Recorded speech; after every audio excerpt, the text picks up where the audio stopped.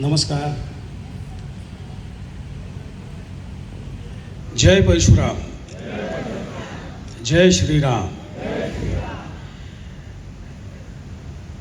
आजच्या या कार्यक्रमाला उपस्थित असलेले सर्व मान्यवर, आचार्य, गोविंदजी कुलकर्णी आणि बाकी सगळे मान्यवर, सगळ्यांना माझा मनापासून नमस्कार.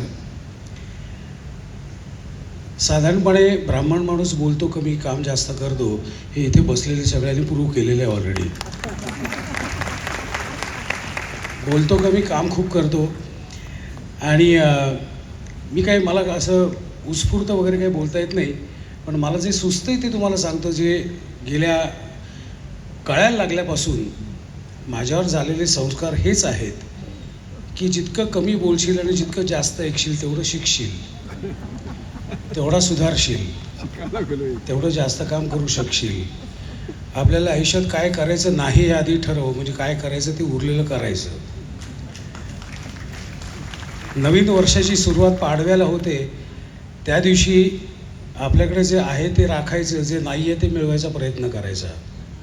अशा काही छान छान गोष्टी मला माझ्या ज्येष्ठांनी मला सांगितलेल्या आहेत.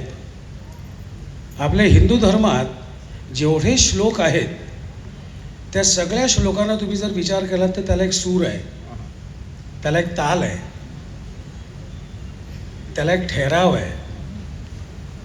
प्रत्येक वाक्य झाल्यानंतर, प्रत्येक मंत्र म्हटल्यानंतर त्याला एक ठहराव आहे, त्याला श्वासाची एक जागा आहे. तो श्वास म्हणजे आपला श्वास आहे. तो श्वास कसा वापरायचा हे तो श्लोक आपल्याला शिकवतो. आणि तोच श्वास आपल्याला आपल्या आचरणात आणायचा असतो. आपण जे काम करतो तिथे आपल्याला तो श्वास वापरायचा असतो.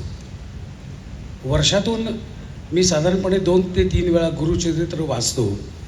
त्यातून मला काय कळतं हा महत्त्वाचा विषय नाही आहे, कारण ते कळणं अवघड आहे. कारण मी वाचताना तामसी वाटतो, कारण मी मुंबईतच फार कमी असतो. तामसी म्हणजे 3 दिवसात वाचून होतो. दिवसाला पहाटे 4 वाजता उठून एक 3-3.5 तास वाचलं. किती कळतं हा महत्त्वाचा मुद्दा नाही. माझं म्हणणं असं आहे, त्यातून मला दृश्य स्वरूपात काय मिळतं तर मला कॉन्सन्ट्रेशन होतं. मला 100 पानाचं स्क्रिप्ट 3 दिवसात पाठ होतं. आपण आजच्या काळात मला काय मिळतं ह्याला खूप महत्त्व आहे. देवळात गेल्यानंतर तिथे शांतपणे बसल्यावर घंटानाद ऐकल्यानंतर आपल्याला शांत वाटतं. आपण त्रासून गेलेलो असतो, तिथे शांत वाटतं.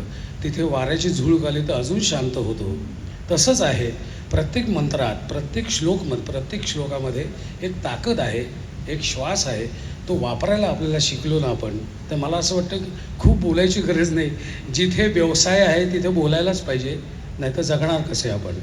पण किती बोलायचं, कसं बोलायचं, कुठल्या स्वरात बोलायचं, हे सगळं आपल्याला श्लोक शिकवतात. सगळे सूर आहेत त्यात. इथे उपस्थित असलेले सर्व ॲक्टर्स आहेत, असं माझं स्पष्ट म्हणणं आहे. लहानपणापासून, जन्माला आल्यापासून आईकडे बघितल्यानंतर रडण्याचा एक सूर आहे, तो आईला कळतो आणि मग ती दूध वगैरे पाजते किंवा खायला देते.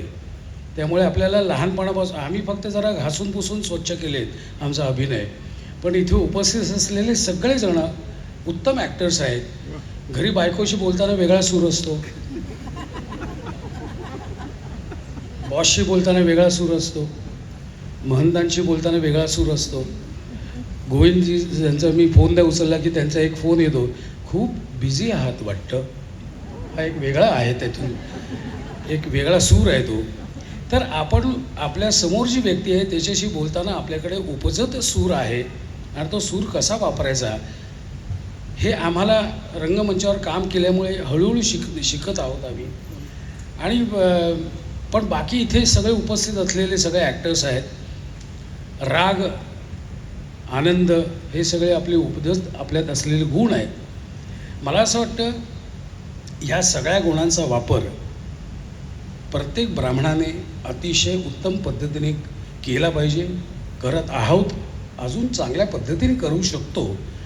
ते कसं करू शकतो ते मार्गदर्शन करण्यासाठी हा संघ आहे.